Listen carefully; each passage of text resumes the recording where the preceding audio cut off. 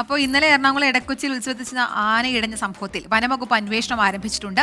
സുരക്ഷാ മാനദണ്ഡങ്ങൾ പാലിച്ചിരുന്നോ എന്നിവയടക്കം അന്വേഷിക്കും. അതേസമയം സംഭവ സമയത്ത് വനം വകുപ്പിനെ അറിയിച്ചിട്ടും ഇടപെടൽ ഉണ്ടായില്ലെന്നാണ് കൗൺസിലറുടെ ആരോപണം. ഇടക്കൊച്ചി ശ്രീകൃഷ്ണസ്വാമി ക്ഷേത്രത്തിലെ എഴുന്നള്ളിപ്പിനെത്തിച്ച ആനയാണ് ഇന്നലെ വൈകിട്ട് ഇടഞ്ഞത്. വിവരം വനംവകുപ്പിനെ അറിയിച്ചിരുന്നെന്ന് കൗൺസിലർ രാജേഷ് പറയുന്നു. എന്നാൽ ജില്ലാ കളക്ടറെ വിവരം അറിയിച്ചതിന് ശേഷമാണ് കൂടുതൽ ഉദ്യോഗസ്ഥർ സ്ഥലത്തെത്തിയതെന്ന് കൗൺസിലർ.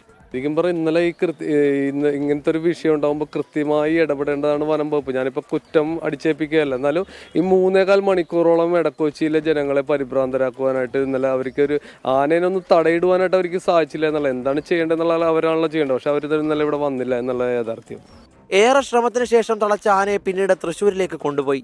സുരക്ഷാ മാനദണ്ഡങ്ങൾ പാലിച്ചാണോ ആനയെ എഴുന്നള്ളിപ്പിനെത്തിച്ചതെന്നടക്കമുള്ള സമഗ്രമായ അന്വേഷണമാണ് വനം വകുപ്പിന്റെ നേതൃത്വത്തിൽ നടക്കുന്നത്. ഉദ്യോഗസ്ഥർ ഇടക്കൊച്ചി ക്ഷേത്രത്തിനും പരിസരത്തും പരിശോധനകൾ നടത്തും. ആനയുടെ ആക്രമണത്തിൽ തകർന്ന വാഹനങ്ങളുടെ ഉടമകളുമായി ചർച്ച നടത്താനും ക്ഷേത്ര ഭരണസമിതി ആലോചിക്കുന്നുണ്ട്. 24 കൊച്ചി. ഇന്നലെ വല്ലാത്ത കാഴ്ചയായിരുന്നു അല്ലേ, ആനയിടഞ്ഞ് നമ്മുടെ ശ്യാംകുമാറിന് പിന്നെ അങ്ങനെ പേടിയൊന്നും ഇല്ലാന്ന് എനിക്ക് തോന്നുന്നു അല്ലേ.